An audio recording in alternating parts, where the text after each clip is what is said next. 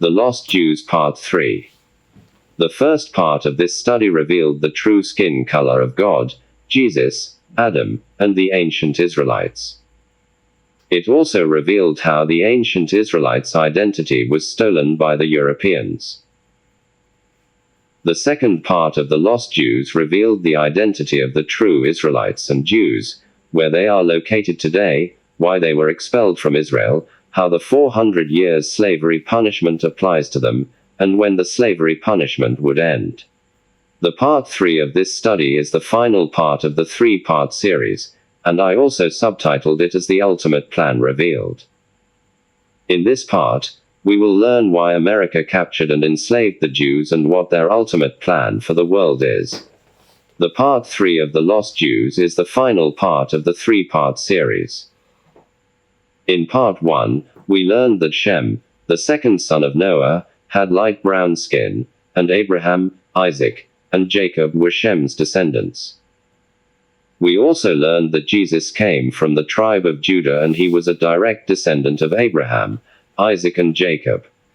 And that the descendants of Abraham, Isaac, and Jacob have brown skin. We learned that after God established his covenant with Abraham and revealed to him that his descendants would be slaves in a country not their own for 400 years. Genesis 15:12-14. We also learned that these prophecies were not fulfilled when Joseph, his father, brothers and their entire family relocated to Egypt. We learned that Israel sinned through King Solomon, and God divided Israel into 2 separate nations. The kingdom of Judah was made up of the tribes of Levi, Judah, and Benjamin, while the kingdom of Israel was made up of 10 tribes and had Samaria as its capital. We learned that the kingdom of Israel sinned, and God allowed them to be taken into captivity by the king of Assyria and were later scattered to Assyria, Halah and Habah in the cities of Medes. The 10 tribes of the kingdom of Israel were scattered to parts of modern Syria, Iran and Turkey, and they never returned to Israel again. 2 Kings 17:6. We learned that the kingdom of Judah also sinned, and God allowed them to be taken into captivity by King Nebuchadnezzar and Babylon for 70 years. And that was the last time a king from Judah ever ruled the kingdom of Judah. We also learned that the Jews rejected Jesus and handed him to the Romans to be killed, and in 70 AD, Caesar issued a decree for the destruction of the second Jewish temple and scattering of the Jews abroad. We learned that some Jews settled in West and Central Africa. Jews from the tribe of Levi settled in western Nigeria, including Kogi and Kwara states, then migrated to Benin Republic, Togo, Ghana, Liberia, Sierra Leone, Ivory Coast, Guinea-Bissau, Senegal, and Gambia. Jews from Judah settled in east and southern Nigeria, including Benue State, and spread into Cameroon. Jews from the tribe of Benjamin settled in Central Africa. Today, they are known as the people of Equatorial Guinea, Congo Democratic Republic, Angola, Gabon, Mozambique, Madagascar, and São Tomé and Príncipe. The Bible prophesied that the Jews would be taken captive by the Americans and carried to the Americas by sea, where they would be sold as slaves. The Bible talked about the Gentile people. I didn't discuss much about the Gentiles in the last 2 topics. Who are the Gentiles? It's important to always keep in mind that the Gentile people are primarily descendants of Japheth, and the New Testament provides more proof that the Gentile people are unique to Japheth's lineage. Matthew chapter 4 stated that, "Land of Zebulun and land of Naphtali, the way of the sea, beyond the Jordan, Galilee of the Gentiles." Matthew 4:15. Galilee was originally Israel's land, but when the Romans took over, they seized Galilee and divided it into several small cities known as Judea, Samaria, Paralia and Galilee. Under the Roman occupation and control, Galilee was known as Galilee of the Gentiles. The Romans, now known as the Italians, are Europeans from the bloodline of Japheth. In referring to the death of Jesus, the Bible stated that, "He will be delivered over to the Gentiles. They will mock him, insult him and spit on him. They will flog him and kill him. Luke 18:32-33. According to the Bible, the Romans, now known as Italy, were the ones who humiliated and crucified Jesus. The Bible stated that the Jewish believers who had come with Peter were astonished that the gift of the Holy Spirit had been poured out even on Gentiles. Act 10:45. The Bible also stated that Jesus sent out the 12 apostles with these instructions: don't go to the Gentiles or the Samaritans. Matthew 10:5. Jesus told his disciple that the gospel was not to be preached to the Gentiles. This implies that the disciples would have known the identity and location of the Gentiles. The disciple knew who the Gentiles were because of the color of their skin. They were of white skin. The Gentiles were the Europeans and descendants of Japheth. Mountains of evidence support the fact that Europeans are the Gentiles mentioned in the Bible, thanks to Paul's missionary travels. This was why it was a big deal for the Gentiles when they first heard the gospel on Pentecost Day, when the disciples first preached it to them. We see the locations where Paul traveled and preached. Plans to eliminate Israel. Asaph was a scribe, a writer, and he was King David's personal scribe. Asaph was praying concerning the visions God had shown him regarding the future of Israel and the plot to destroy and hide the Jews. He prayed regarding some nations that would conspire against Israel, the Jews, those who will destroy them and make her name not to be remembered anymore. The scheme of these nations was to hide the Jews so that they will never be remembered again.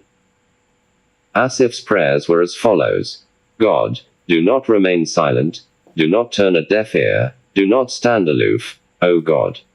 See how your enemies growl, how your foes rear their heads. With cunning they conspire against your people, they plot against those you cherish. Come, they say, let us destroy them as a nation, so that Israel's name is remembered no more. With one mind they plot together. They form an alliance against you, the tents of Edom and the Ishmaelites, of Moab and the Hagrites, Byblos, Ammon and Amalek, Philistia, with the people of Tyre. Even Assyria has joined them to reinforce Lot's descendants. Psalm 83, 1-8. Historians claim that Christopher Columbus discovered America, but this is a lie. He did not discover America, because nobody can discover a country where people already live. Christopher Columbus led an entourage of Europeans on a search for a country with vast amounts of land that would be suitable to establish the New World Order. The Catholic monarchs of Aragon, Castile, and Leon in Spain, Ferdinand II and Isabella I, gave permission and sponsored Christopher Columbus and his party in 1492 to invade America. The prophecy stated that, come, they say, let us destroy them as a nation, so that Israel's name is remembered no more. The ultimate objective is to hide Israel, the Israelites and the Jews, and the Bible identified the nations who will be participating in this evil plan. The names of the nations involved in the plan against Israel are listed below. Edom, also known as the Edomites, are the descendants of Esau. The Ishmaelites are the descendants of Ishmael, the son of Hagar. Moab, also known as the Moabites, are the descendants of Lot and his older daughter. The Hagrites, also known as Ishmaelites who descended from Hagar. Gebel is unknown. Ammon, the descendants of Lot and his youngest daughter. Amalek, also descended from the descendants of Esau. Philistia are Canaanites who descended from Ham. Tyre descended from Canaanites. Ashur is also known as Assyria, which nation will capture and sell the Jews into slavery. The prophecies stated that, the Lord will bring a nation against you from far away, from the ends of the earth, like an eagle swooping down, a nation whose language you will not understand, a fierce-looking nation without respect for the old or pity for the young. Deuteronomy 28, 49-50. Just as it pleased the Lord to make you prosper and increase you in number, so it will please him to ruin and destroy you. You will be uprooted from the land you are entering to possess. Deuteronomy 28, 63. The Lord will send you back in ships to Egypt on a journey I said you should never make again. There you will offer yourselves for sale to your enemies as male and female slaves, but no one will buy you. Deuteronomy 28:68.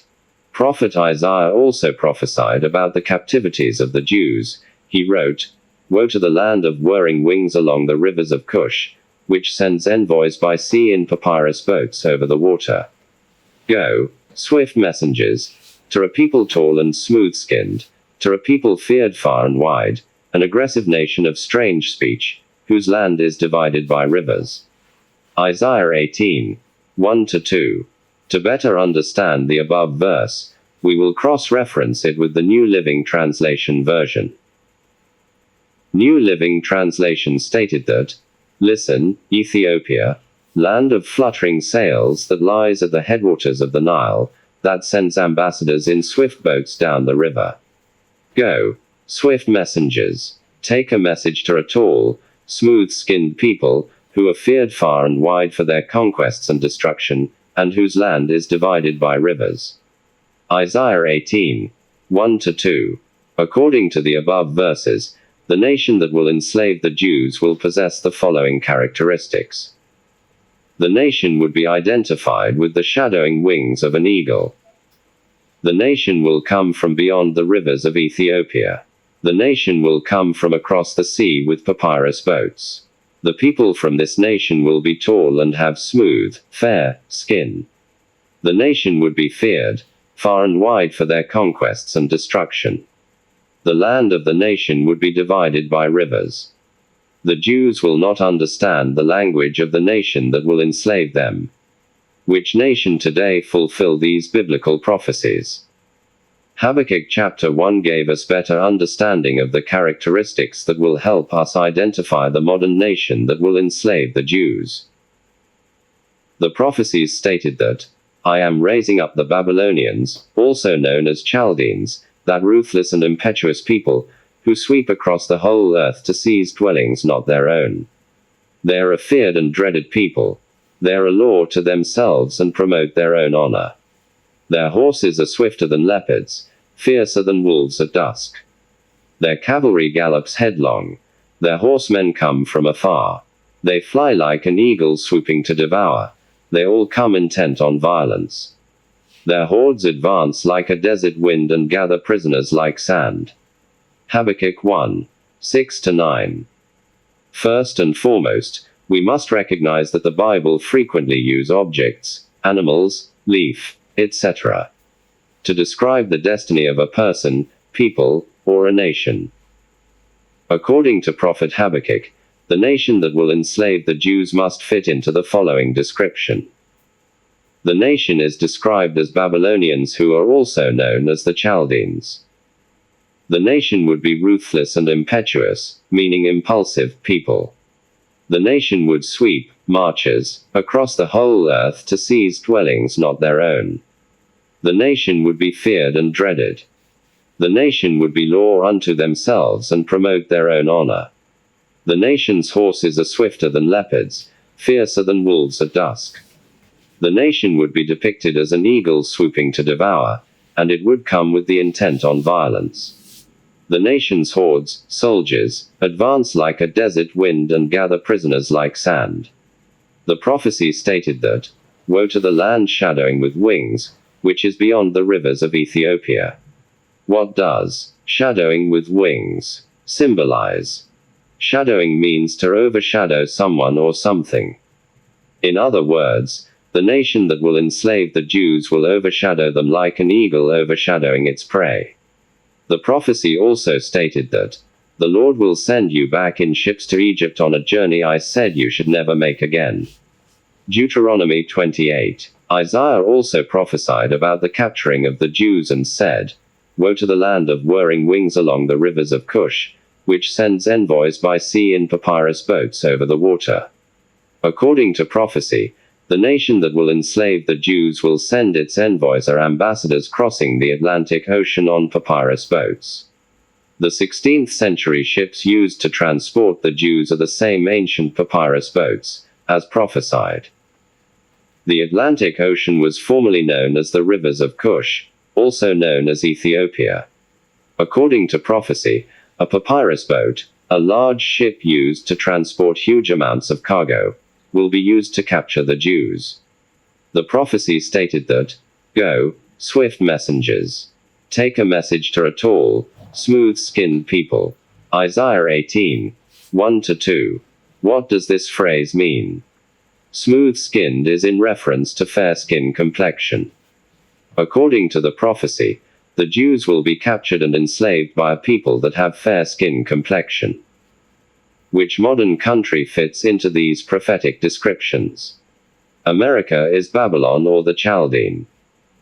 The prophecies stated that, "Go down, sit in the dust, virgin daughter Babylon, sit on the ground without a throne, queen city of the Babylonians. No more will you be called tender or delicate." Isaiah 47, 1. Cross-referencing the same verse with another translation says, "Come down and sit in the dust, virgin daughter of Babylon. Sit on the ground without a chair, daughter of the Chaldeans. For no longer will they call you tender and attractive." Isaiah 47, 1. According to the verse above, the terms daughter of Babylon and daughter of the Chaldeans are the same people. Why does the Bible describe Americans as being Babylonians? The reference to America as Babylon or the Chaldeans is a prophetic parallel or similarities because they both have similar characteristics. A perfect example of such prophetic parallel was the case of the church in Thyatira and Jezebel and John the Baptist and Elijah. Jesus referred to John the Baptist as Elijah and the church in Thyatira as Jezebel. Revelation chapter 2 stated that, "Nevertheless, I have this against you, you, Thyatira church, tolerate that woman Jezebel, who calls herself a prophetess. By her teaching she misleads my servants into sexual immorality and the eating of food sacrificed to idols." Revelation 2:20. Jezebel was the daughter of Ethbaal, the king and high priest of Baal that the Sidonians worshipped. Jezebel was raised in an environment where sex was used as pathway to power and influence. Jezebel was referred to as the corrupt woman, the mother of harlots and abominations of the earth. She led her husband into idolatry and fed the prophets of Baal. Jezebel is mentioned as the immoral and shameless false prophetess of the Thyatira church of the 7 churches of Revelation. The modern churches fulfilled the prophecies regarding the church in Thyatira, where they continue to do evil by teaching heresy and leading God's people astray. How can Jezebel be threatening the church today? Obviously, the literal person of Jezebel was not present in Thyatira church or today's church. The reference is a prophetic symbol and not literally in person. We see the same thing with John the Baptist and prophet Elijah. John the Baptist was Elijah because he came in the spirit and power of Elijah. In the same way, the church in Thyatira was under the spiritual control of the same demonic influences that influenced and controlled Jezebel in the Old Testament. This is the same thing with ancient Babylon and America. America represents all the values and characteristics of ancient Babylon during King Nebuchadnezzar's reign. Such values include falsehood, warmongering, supplanting nation, promoting Satanism, unjust killing of people all over the world, and so on. Babylon means confusion and it symbolized opposition to God. The reason the Tower of Babel was built in the first place was to invade heaven, kill God and install their idols in heaven and worship it.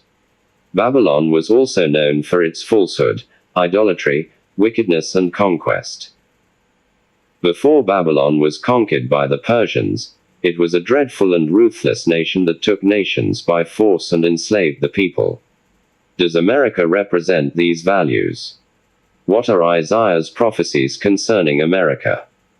According to prophet Isaiah's prophecies, today's Babylonian nation must fit into the following prophetic profile or descriptions. The nation must be ruthless and impulsive. America is a ruthless and impulsive nation.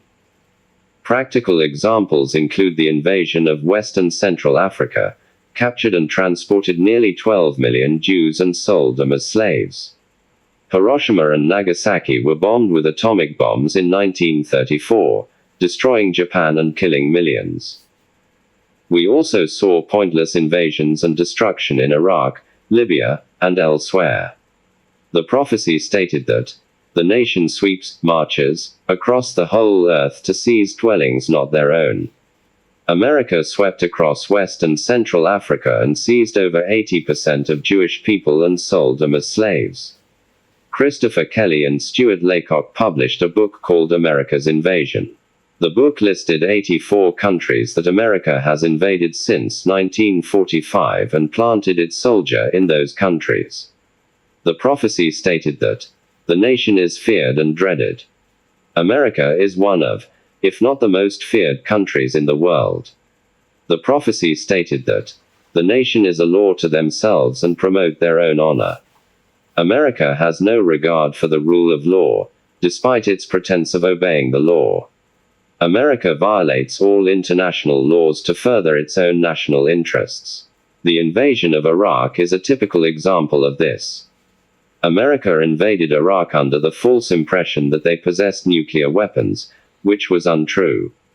The prophecy stated that the nation's horses are swifter than leopards, fiercer than wolves at dusk. The reference to horses, leopards and wolves refers to the sophistication of America's war artilleries and how fast they can destroy their enemies. The prophecy stated that the nation flies like an eagle swooping to devour. They all come intent on violence.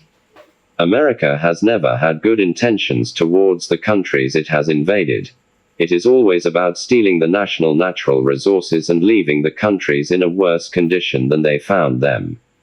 The prophecy stated that the nation's hordes advance like a desert wind and gather prisoners like sand. Hordes refer to troops, people, or gangs. America holds the countries it has invaded captive by denying them the right to self-governance. America manipulates the choice of presidents that are elected, as well as controlling the businesses and weapons that they are allowed to invest in. Prophet Daniel's prophecies regarding the four kingdoms that would rule the world clearly indicated which nations symbolized the shadowing wings. Daniel's prophecies stated that the first beast was like a lion, and it had the wings of an eagle. I watched until its wings were torn off and it was lifted from the ground so that it stood on 2 feet like a human being, and the mind of a human was given to it. Daniel 7:4. Most times, God depicts or reveals his messages by using symbols such as images of animals or objects. According to Webster's International Dictionary, lion is a national symbol, and the country is Great Britain. England's national symbol is the lion in Trafalgar Square, London. As we can see, the royal arms of England contain 3 lions. Daniel stated that I watched until its wings were torn off and it was lifted from the ground so that it stood on 2 feet like a human being, and the mind of a human was given to it. The key phrase is, I watched until its wings were torn off. The wings that broke off from the lion's back will form to become an eagle, a nation symbolized by an eagle. Prophet Isaiah's prophecy of a nation with shadowing wings is the same as the wings of an eagle that broke off the lion's back. The creation of America. As explained earlier, the lion is Great Britain. The eagle's wings that were separated from the lion's back is United States of America. The eagle is the symbol of America. We see the image of the eagle is shown in all America's national items, such as the U.S. Presidential Seal of America and its currency. Daniel stated that the first beast was like a lion, and it had the wings of an eagle. I watched until its wings were torn off. Daniel's vision regarding the lion with wings depicted the British-American War of 1775. The British were the Americans' colonial masters, and they fought for their independence from Britain. The prophecy stated that I watched until its wings were torn off. The wings that were plugged off from the lion symbolized the America's independence from the British. The plot to erase the Israelites and the Jews. Psalms 83 revealed Asphus's vision regarding the plan to erase Israel. He said, God, Do not remain silent. Do not turn a deaf ear. Do not stand aloof, O God. See how your enemies growl, how your foes rear their heads. With cunning they conspire against your people. They plot against those you cherish. Come, they say, let us destroy them as a nation, so that Israel's name is remembered no more. With one mind they plot together. They form an alliance against you. Psalms 83, 1-5. The Adolf Hitler's statement. A reported Adolf Hitler statement regarding how the Freemasons planned to control and rule the world would help us to understand Asphus's vision.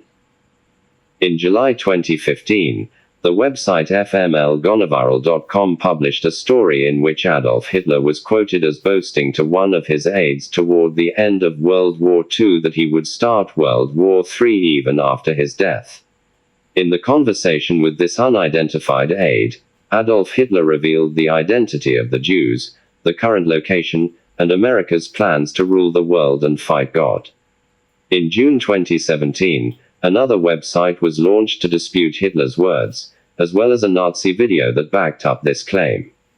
According to the reporter, he claimed that some people spread Adolf Hitler's words to show that he was not a racist. In his conversation with his aide, Adolf Hitler said, "The day mankind finds out that I was trying to defend this nation," referring to Germany, "from then that's the day World War III will start. For on that day, mankind will learn that I was trying to save my nation from the Freemasons, the Illuminati, and the Jews. For if the Americans wins the war, then they will conquer the world and forever be a slave to the Ashkenazi Jews, and they will try to conquer God." Hitler asked his aide, "Do you know who America has in its possession?" "No," the aide replied. "The Americans has the jewels of God. The Americans have stolen God's precious jewels." Hitler replied, "What do you mean his precious jewels?" the aide asked. Hitler said, "America has stolen the Jews of God, his jewelry, the Negroes. They are the true Hebrews. What a foolish move and a direct challenge to God. And they plan on moving these false white Jews into a state of Israel. America is desperate in its attempt to win this war using atomic bombs on Japan.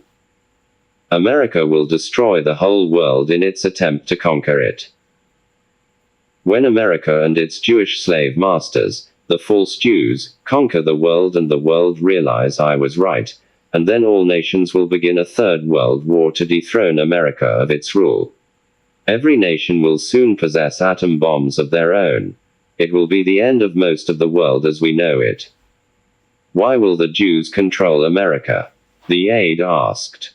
Hitler answered, "Because the white Jews knows that the Negroes are the real children of Israel. And to keep America's secret, the Jews will blackmail America. The Jews will extort America. Their plan for world domination won't work if the Negroes knew who they were. The white citizens of America will be terrified to know that all this time they've been mistreating and discriminating and lynching the children of Israel. They will fear God will destroy them as he destroyed Egypt for doing the same thing. So, the elite, the Illuminati, keeps this a secret at all costs.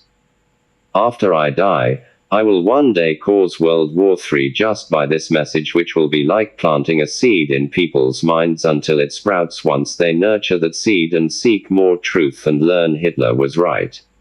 I did the world a favor by killing the false Jews before they designated a false state of Israel, but I fear I have failed. The world will fall into the hands of Satan." If Hitler truly made these statements, this would be the world's greatest hoax or deception of all time, and it is well worth the high-profile attention it has received, and the US government would go to any length to keep this secret. The question begging for an answer is, why would Hitler make such sensitive statements if they were not true? We will look at another source that made a similar claim regarding the identity of the Jews. Joseph Goebbels was Hitler's most trusted minister and advisor, and he served as Germany's Minister of Propaganda. Joseph Goebbels had 100% control of the German film industry from 1933 until his death. In 1935, Joseph Goebbels produced a film called Triumph of the Will. Joseph Goebbels authorized the next phrase to be used in Nazi segmented films. The phrase was, "The genetic heritage of the Jew is purportedly traced to Oriental, Negro, Near Asian and Hamitic peoples." Joseph Goebbels and Adolf Hitler personally praised the film, and it became a major example of film used as propaganda. The film revealed that the origins of the ancient Jews could be traced to the Negroes, the brown-skinned people, who lived alongside with Asian and the Hamitic people.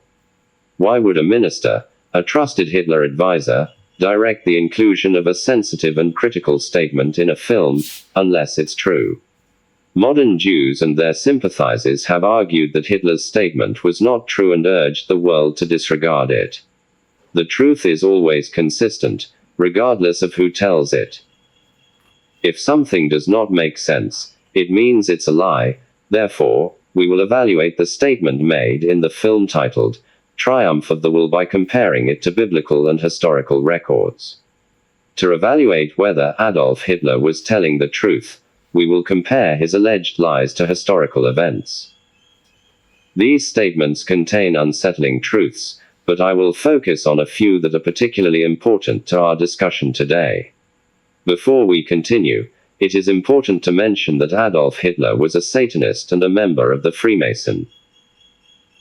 Ralph Epperson, in his book The New World Order, stated that Adolf Hitler, a socialist, and the head of the German government prior to and during that nation's involvement in World War II, is quoted as saying, "National Socialism will use its own revolution for the establishing of a new world order. Those in favor of the changes will have become seated in the very thrones of power, generally without the public realizing that fact. The old world order will be destroyed piece by piece, by a series of planned nibbles at the established format. The Communist Party, i.e. the German government, is actively supporting the changes to the New World Order. The basic tenets of Christianity, which were the basis for the Old World Order, will have to be eliminated. If the slower, methodical techniques of change do not function, violence will be introduced and controlled by the planners. The people of the world will give up their freedom to the controllers because there will be a planned famine, or some other serious occurrence, such as a depression or war. The change to the New World Order is coming shortly, perhaps beginning after 1989.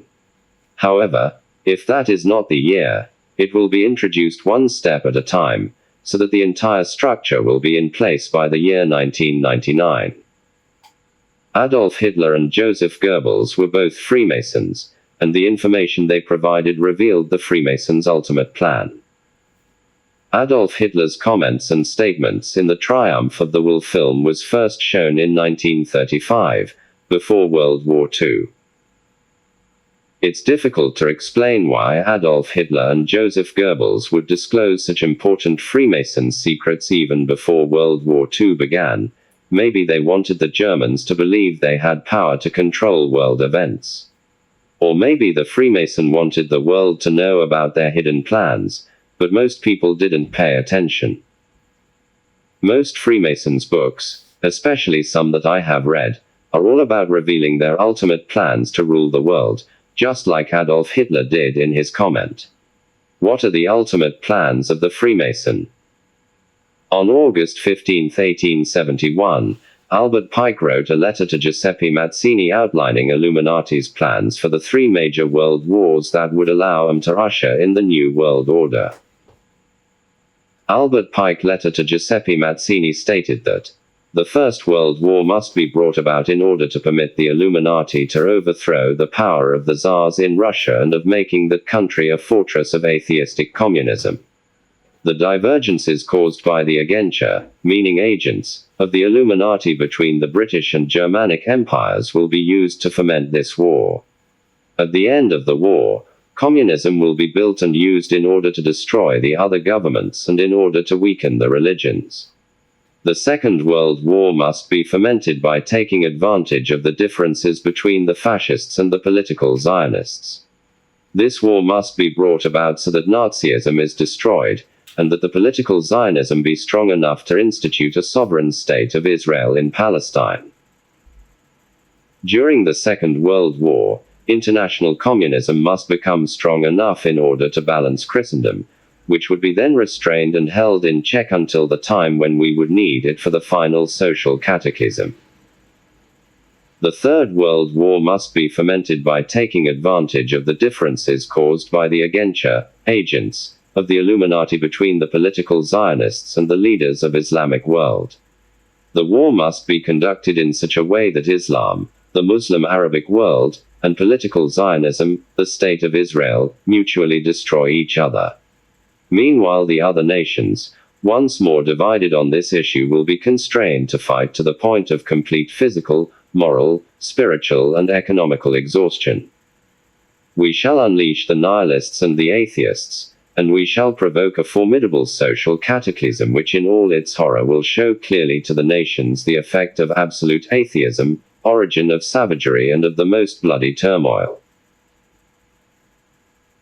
Then everywhere, the citizens, obliged to defend themselves against the world minority of revolutionaries, will exterminate those destroyers of civilization, and the multitude, disillusioned with Christianity, whose deistic spirits will from that moment be without compass or direction, anxious for an ideal, but without knowing where to render its adoration, will receive the true light through the universal manifestation of the pure doctrine of Lucifer, brought finally out in the public view.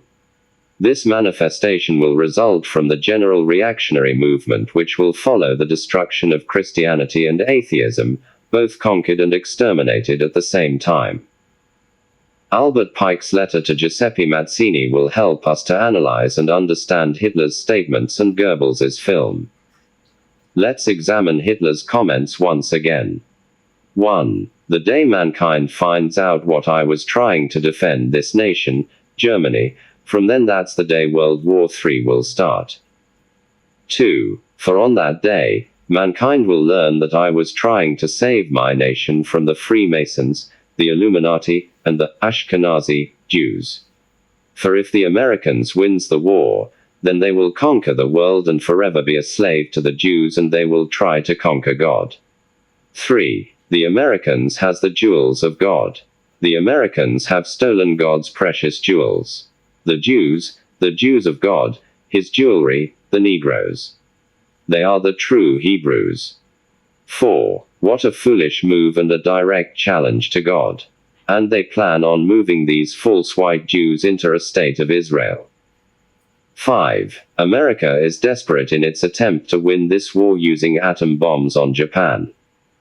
6. When America and its Ashkenazi, Jewish slave masters conquer the world and the world realize I was right, and then all nations will begin a third world war to dethrone America of its rule. 7. Every nation will soon possess atomic bombs of their own. It will be the end of most of the world as we know it. 8. Because the white Jews knows that the Negroes are the real children of Israel. And to keep America's secret, the Ashkenazi Jews will blackmail America. The Ashkenazi Jews will extort America. Their plan for world domination won't work if the Negroes knew who they were. The white citizens of America will be terrified to know that all this time they've been mistreating and discriminating and lynching the children of Israel. They will fear God will destroy them as he destroyed Egypt for doing the same thing. So, the elite, the Illuminati, keeps this a secret at all costs. 9. After I die, I will one day cause World War III just by this message, which will be like planting a seed in people's minds until it sprouts once they nurture that seed and seek more truth and learn Hitler was right. I did the world a favor by killing the false Jews before they designated a false state of Israel, but I fear I have failed. The world will fall into the hands of Satan. I will analyze every statement made by Adolf Hitler. Hitler's statement number 9 is divided into two sections: plans of a third world war and Pike's letter to Mazzini, which detailed how the war would begin and end. 9a. After I die, I will one day cause World War III just by this message, which will be like planting a seed in people's minds until it sprouts once they nurture that seed and seek more truth and learn Hitler was right. 9b. I did the world a favor by killing the false Jews before they designated a false state of Israel. Albert Pike's letter to Mazzini stated that the First World War must be brought about in order to permit the Illuminati to overthrow the power of the Tsars in Russia and of making that country a fortress of atheistic communism. At the end of the war, communism will be built and used in order to destroy the other governments and in order to weaken the religions. The First World War started in 1914 and ended in 1918. After declaring war on Germany and Austria-Hungary in July 1914, Tsar Nicholas II Russian Empire fell during World War I. He was the king of an approximately 150 million people that stretched from Central Europe, the Pacific, the Afghan border, and the Arctic region. Tsar Nicholas was forced to flee his kingdom less than 3 years later, in March 1917, when soldiers in Petrograd joined protesting workers in protest against his rule. The Bolshevik rebels chased him and his family into a basement the following July of 1917, and they were shot and stabbed to death. The Romanov dynasty, which had ruled for 3 centuries, came to an end after World War I. In October 1917, the Bolsheviks took over as the Soviet Union's Communist Party, as planned by the Freemasons, and immediately became a powerful leader. The Second World War. One thing worth mentioning about the 3 planned world wars mentioned in Pike's letter is that each war sets the tone for the next one. Albert Pike's letter to Mazzini stated that the Second World War must be fomented by taking advantage of the differences between the fascists and the political Zionists.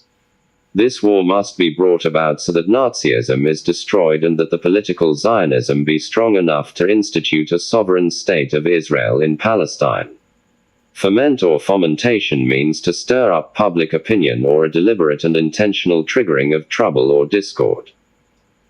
Fascism means a form of radical authoritarian nationalist characterized by dictatorial power, forcible suppression of opposition.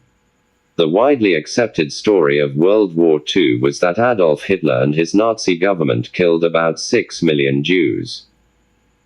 Joseph Goebbels spread propaganda that the so-called Jews were an inferior and corrupt race because they have colored hair and curved nose. Hitler claimed that the Aryans, the Europeans, were the original race because they had white skin color, blue eyes, and with mostly blonde hair. Let's go even deeper. If the nearly 6 million people killed by Hitler's government during World War II were genuine Jews, they would have to be brown-skinned people rather than white Europeans. It is important to remember that God has 2 separate groups of people that are scattered in all corners of the earth. I referred to them as the lost Israelites and the lost Jews. According to Genesis 10, everyone on earth descended from Noah's 3 sons. The 3 sons of Noah are Japhet, Shem and Ham. The Japhetic bloodline spread across Europe and Asia. Shem's bloodline spread to occupy parts of the ancient African continent but were later drafted to the newly created Middle East and scattered throughout the world as punishment for their sins. Ham's bloodline spread throughout Africa and parts of the Middle East. The Bible stated that, in the 9th year of Hoshea, the king of Assyria captured Samaria and deported the Israelites to Assyria. He settled them in Halah, in Gozan on the Habor River and in the towns of the Medes. 2 Kings 17, 1-6. The 10 tribes that made up the kingdom of Israel, also known as the Israelites, were scattered to Halah, Gozan, and Medes in the Middle East. I always say there's consistency in truth. The 3 tribes that made up the kingdom of Judah, also known as the Jews, were scattered to West and Central Africa. The statement made regarding the identity of the Jews in the 1935 film, Triumph of the Will, is consistent with the Bible and historical records. The exact statement in the film was, "The genetic heritage of the Jews is purportedly traced to Oriental, Negroes, Near Asian and Hamitic peoples." The film's usage of the phrase made it very clear who the Jews were and where they were originally located. According to the film, the Jews could be traced back to the Oriental, which means Asia, and their Negroes who settled near Asians and Hamitic peoples, Africans.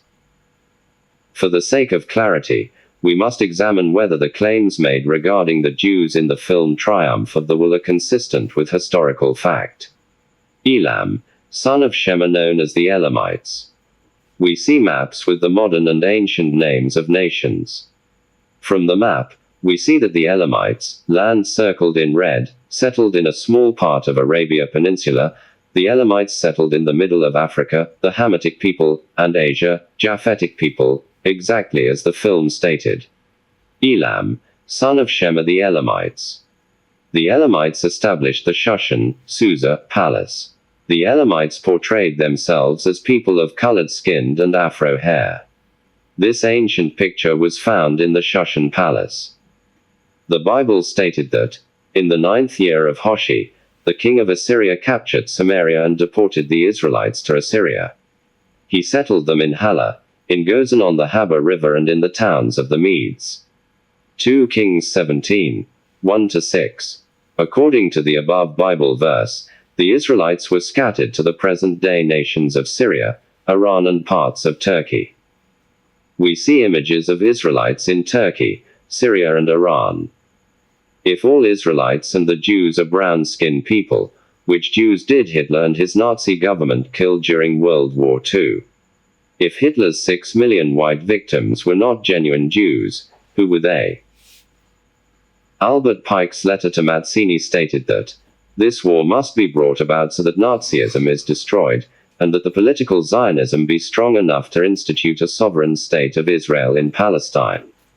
Albert Pike's letter to Giuseppe Mazzini on August 15, 1871. Hitler's statement of 1935 stated that, "And they plan on moving these false white Jews into a state of Israel." The Freemasons and the Illuminati's ultimate goal was to create a fake white Europeans Jewish people, establish a false nation of Israel, install them in the Promised Land, and use them to carry out the planned wars. The Freemason will use these fake Jews to stir up unrest in the Middle East, which would eventually lead to World War III and the creation of the New World Order. Without going into details about the current turmoil in the Middle East, we can see the ongoing wars between the false nation of Israel and Middle Eastern nations, as planned by the Freemasons. Hitler's statement of 1935 stated that, "I did the world a favor by killing the false Jews before they designated a false state of Israel." Hitler was telling the truth when he confessed to killing the false Jews, but he did so not to help genuine Jews or the Palestinians, but to further the Freemasons' objectives. The greatest scam the world has ever witnessed would be to kill almost 6 million people, disguise another set of people as Jews, and install them as a false nation of Israel. After the Israelites and the Jews were expelled from Israel in 600 BCE and 70 AD respectively, the world has forgotten who the true Israelites and Jews were. To accomplish the goals, the Freemasons created a convincing make-believe event, such as the Holocaust, and promoted it through propaganda. Some pastors have even claimed that the Holocaust fulfilled Ezekiel's prophecy of the Valley of Dry Bones, which is false. Many people, especially Christians, identify and sympathize with these false Jews. Ashkenazi Jews from the Khazars. The Ashkenazi Jews from the Khazars were the 6 million white people that were killed, and their remnants were moved from Europe, and installed in the land of Israel as Jews. When Arthur Koestler released his book The 13th Tribe in 1976, and it sparked controversy in the religious community. Koestler, who's an Ashkenazi Jew, and while researching about his own people, he revealed that his people were not the bloodline Jews from the Bible but that they converted to Judaism. Koestler stated that, "This was written before the full extent of the Holocaust was known, but that does not alter the fact that the large majority of surviving Jews in the world is of Eastern European and thus perhaps mainly of Khazars. Based on a misapprehension shared by both the killers and their victims. The story of the Khazar Empire, as it slowly emerges from the past, begins to look like the most cruel hoax which history has ever perpetrated. The Eastern Europeans Jews have tried to refute these facts. But in 2013, a Jewish website Haaretz dropped another bombshell on the world, confirming Kessler's book and being supported by scientific study. The website posted a study published in the journal Nature Communications which analyzed the samples of mitochondrial DNA, which is passed down only from the mother. The DNA of more than 3,500 women was taken from throughout Central and Eastern Europe, also from among the Ashkenazi Jews. And the research found that more than 80% of the material lineage of the Ashkenazi Jews could be traced to the indigenous Europeans. The study was conducted by Martin Richards of the University of Huddersfield in England along with other researchers from Russia, Czech Republic, Portugal and America. Of course, the Ashkenazi Jews would disregard these facts, but that doesn't mean they are not true. Adolf Hitler's statement about the false Jews and plans to install them as a fake nation of Israel can't be coincident. The statement made regarding the location of the ancient Israelites in the Nazi film Triumph of the Will also can't be coincident. Arthur Kessler's revelation in his book The 13th Tribe also can't be coincident. The scientific researchers' findings also can't be coincidence. It is not coincidence that the above-mentioned statements made by different studies and at different times showed that the Ashkenazi Jews are not biblical Jews. From our study, we learned the following about the Ashkenazi Jews. The Europeans or the Ashkenazi Jews does not match the descriptions of the bloodline Jews in the Bible. Arthur Kessler book, The 13th Tribe proves that the Ashkenazi Jews are not the true bloodline Jews of the Bible. Martin Richards' DNA research proves that the Ashkenazi Jews are traced to the indigenous Europeans. We also discovered that Adolf Hitler's statements regarding the European Jews and the brown-skinned Jews in America are not rumors, and they are true. It is important to remember that the researchers were not black or colored-skinned people. Rather, they were Caucasians or white people who exposed these facts. The Balfour Declaration. In 1917, the British government through the office of the Foreign Secretary Lord Arthur Balfour publicly declared the creation of a Jewish state in favor of the supposedly Jewish people. The declaration letter was addressed to Lord Rothschild, a Freemason, and requested his support for the Ashkenazi Jews' right to occupy the land of Israel in Palestine. This document is known as the Balfour Declaration, and it was named after the British Foreign Minister Lord Arthur Balfour. The declaration letter reads as follows. The Foreign Office, November 2, 1917. Dear Lord Rothschild,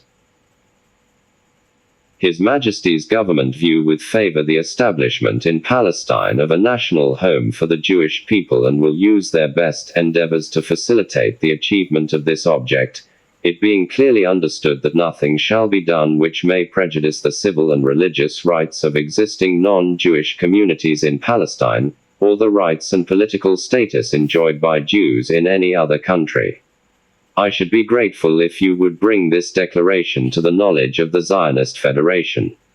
The term restoration of Zion refers to God's promise to restore the house of Israel, which will take place when Jesus returns. The term Zion or Zionism is derived from Mount Zion, and it's located in Jerusalem, in Israel. Zionism means the movement to establish a sovereign state of Israel on the promised land in Palestine, the land which God promised to Abraham and his descendants.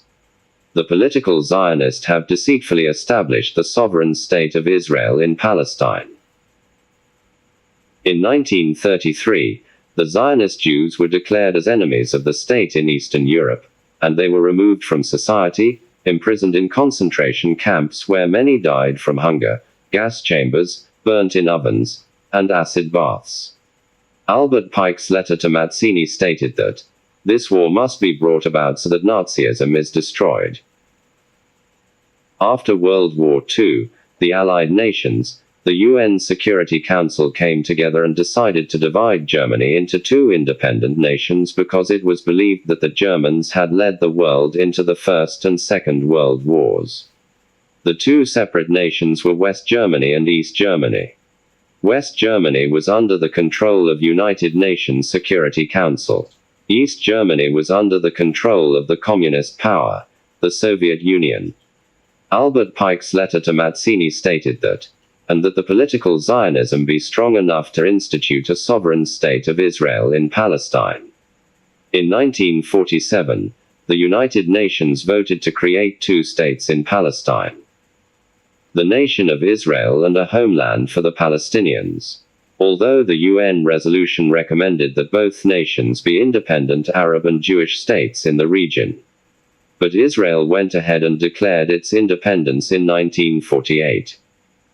The independence of Israel was recognized by American President Henry Truman on that very day. According to FBI files, President Truman took a pen and scratched out reference to a new Jewish state and just left it as a new state. Why would President Truman strike out or remove the reference to Jewish state? President Truman knew exactly what he was doing when he struck out the reference to Jewish state, because he was aware of the Illuminati and Freemasons' plans to create a false Jewish state. President Truman removed the reference to the Jewish state because he knew that the people that were transported from Europe to Palestine to create the fake false nation of Israel were Europeans, and they were not bloodline Jews or Jews from the Bible. The modern Israel was not established in 1948 as a Jewish state or a theocratic state. Modern Israel was established as a democratic and secular state. Israel accepted the UN's resolution, but the Arabs rejected it and started war the next day. Jerusalem was not part of the established nation of Israel when it was created in 1948. Israel defeated the Arab countries in a six-day war of 1967, and they captured Jerusalem and the Temple Mount in the process. Israel captured the Temple Mount on June 7, 1967, but after a few hours, the Israeli government invited the Muslim Waqf to return to the Temple Mount as caretakers of the Muslim shrines. This is the root cause of the problems in Israel and the Middle East today. After Israel captured Jerusalem, the world expected them to demolish the Dome of Rock and every other Islamic shrine the Palestinians had built in the Holy Land, but Israel invited the Palestinian Islamic leaders to take control of the temple. After the Palestinians took over the Dome of Rock, the Wailing Wall and other holy shrines, they banned the Ashkenazi Jews from worshipping in any of the holy sites. This is the root cause of the Israeli-Palestinian war today, just as planned by the Freemasons.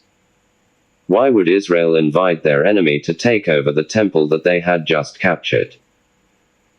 The reasonable response is that they did so because it was part of the plan as revealed in Albert Pike's letter to Mazzini, to bring about World War III and the New World Order.